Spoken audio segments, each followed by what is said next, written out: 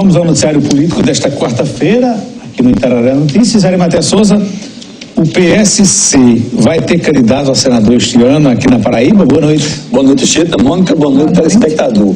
Segundo o vice-prefeito João Pessoa e pré-candidato ao Senado pelo PSC, Manuel Júnior, o partido terá, em qualquer circunstância, o seu nome colocado ao crivo do eleitorado paraibano nas eleições deste ano. Essa é uma pré-condição para que o partido acerte até domingo a coligação de oposição na qual ele vai se abrigar para as eleições deste ano. Manuel Júnior até disse, numa entrevista que me concedeu, que tem tido prejuízos eleitorais, ou pré-eleitorais, como queiram, em função dessa indefinição do partido sobre como vai se posicionar nas eleições deste ano. Manuel Júnior também disse objetivamente que, se for dada ao PP a segunda vaga de Senado na coligação puxada pelo candidato a governador Lucélio Cartacho, automaticamente o PSC estará fora dessa coligação com o Célio e deveria, por conseguinte, ingressaria na coligação com o senador José Maranhão, do MDB. Tudo isso se resolve até domingo. Falar sobre o Senado, o deputado Luiz Couto foi efusivamente lançado hoje como candidato ao Senado na coligação PSB-PT, aqui na Paraíba, num evento que aconteceu no Esporte Clube Cabo Branco. E mais ou menos definindo que o PSB na Paraíba vai cerrar fileiras e pressionar a direção nacional do PSB para que haja uma coligação nacional com o PT. Aliás, teve um fato fora da Paraíba que aponta hoje nessa direção.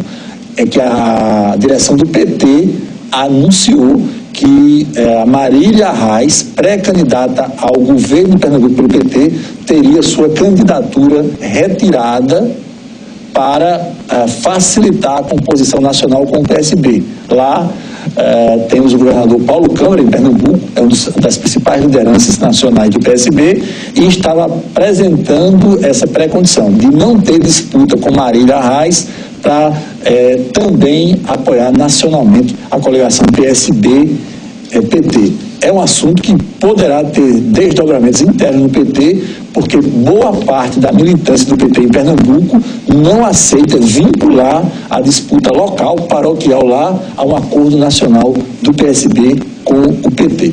Ari, alguma novidade sobre a coligação que será integrada pelo PP? Tudo ainda é definido. A gente falava há pouco que o PP é uma das pré-condições do PSC para participar da coligação do Lucélio. Está na mesma situação de ontem, grosso modo. O PP exige que a primeira-dama de João Pessoa, Maísa Cartacho, seja a suplente número 1 de Daniela Ribeiro.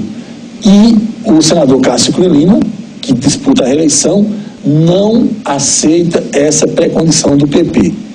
O deputado Aguinaldo Ribeiro, que aqui em última análise resolve, bate o martelo nas coisas do PP aqui na Paraíba, viajou para Brasília, e aí vem um novo fato. Ele deve ter hoje à noite ou amanhã cedo uma reunião com o senador José Maranhão. José Maranhão, que deixou a Paraíba hoje, foi para Brasília, onde participa amanhã da Convenção Nacional do MDB. O MDB que deverá lançar a candidatura do ex-ministro da Fazenda, Henrique Meirelles, para a presidência da República. Então, Maranhão foi para Brasília, antes da convenção do MDB, deve se encontrar com o Aguinaldo Ribeiro, hoje à noite ou amanhã de manhã, tratar também dessa questão aqui na Paraíba. Por falar no senador José Maranhão, ele teve um encontro prolongado ontem com o ex-senador Efraim Moraes, que é o presidente do Democratas aqui no estado. O Democratas, a gente comentava aqui ontem, tem um mal-estar na base governista, está coligado com Ricardo Coutinho desde 2010, mas já aguardava há cerca de 15 dias, na verdade, aguardar o afunilamento disso, mas a expectativa é de mais tempo para trás, mas num termo de afunilamento, o DEM esperava nos últimos 15 dias que o governador anunciasse que o próprio Efraim Moraes fosse indicado como vice de João Azevedo. Ao que tudo indica, informações ainda passíveis de confirmação, o DEM já teve a palavra final de Ricardo Coutinho, que não poderá ou não deverá indicar o companheiro de chapa de João Azevedo. E isso poderá mudar um pouco também a sucessão estadual. Tanto é verdade, como eu comecei a resposta, Mônica, Efraim Moraes esteve ontem na casa de José Maranhão, no bairro dos Estádios, em João Pessoa, e tiveram uma conversa prolongada.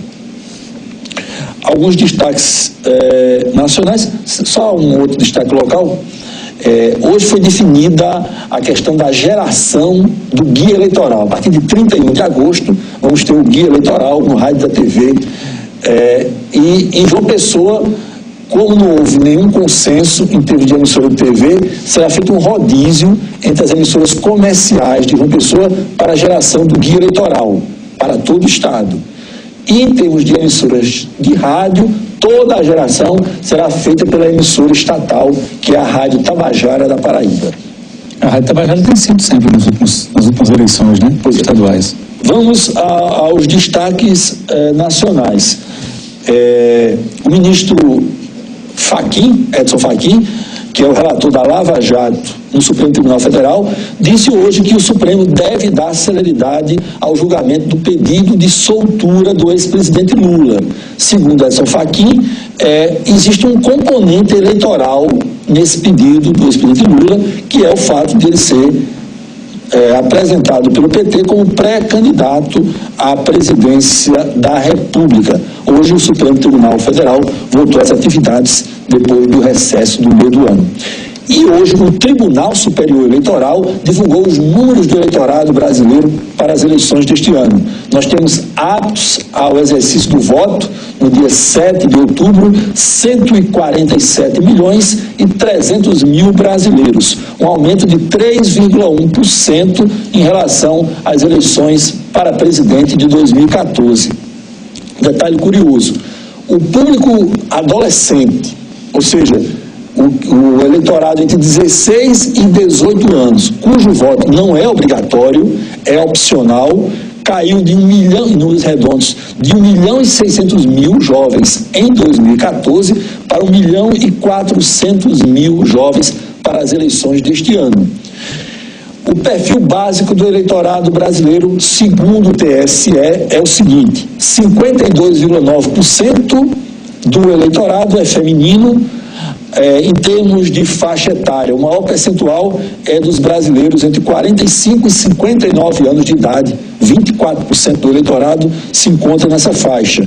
59,6% do eleitorado nacional é composto por pessoas solteiras. 25,8% do eleitorado, o maior percentual em termos de instrução, é quem tem o fundamental incompleto, ou seja, o antigo primeiro grau incompleto. É o maior corte em termos de instrução no eleitorado brasileiro. São Paulo continua sendo, evidentemente, o maior colégio eleitoral do país. Só a capital tem mais de 9 milhões de eleitores. E uma cidade de Minas Gerais chamada Serra da Saudade tem apenas 924 eleitores aptos para a eleição deste ano. Agora, essa parcela do eleitorado que tem esse grau de instrução mostra como anda a educação no nosso país, né? Preocupante, né? E a Manuela Dávila, deputada lá pelo PCdoB do Rio Grande do Sul, foi lançada hoje como como candidata, deixou de ser pré-candidata e passou a ser candidata à presidência da República. Assumiu com um discurso defendendo a unidade das esquerdas. Não sei se é possível isso até a próxima semana, uma candidatura única, e defendendo a soltura do ex-presidente Lula. Duas informações finais sobre a economia. O Banco Central definiu agora há pouco que a taxa básica da economia brasileira, taxa Selic, que serve de piso para a taxa de juros de todo o país, foi mantida, ficou inalterada em 6,% ao ano. Nada a ver com o que os bancos cobram mensalmente. 6,5 quanto? 6,5% ao ano. 6,5% ao ano. Nada a ver com, por exemplo, o cheque especial, que ronda os 10% ao mês. Mas essa é a taxa referencial da economia brasileira. E hoje à noite, 20h30, no auditório da FIEP, teremos uma palestra sobre a conjuntura econômica brasileira, que será proferida pelo economista e ex-ministro da Fazenda, Gustavo Krause, de Pernambuco. Aliás, ex-governador de Pernambuco também. Isso. Ok, Arimatea, boa noite. Muito boa noite.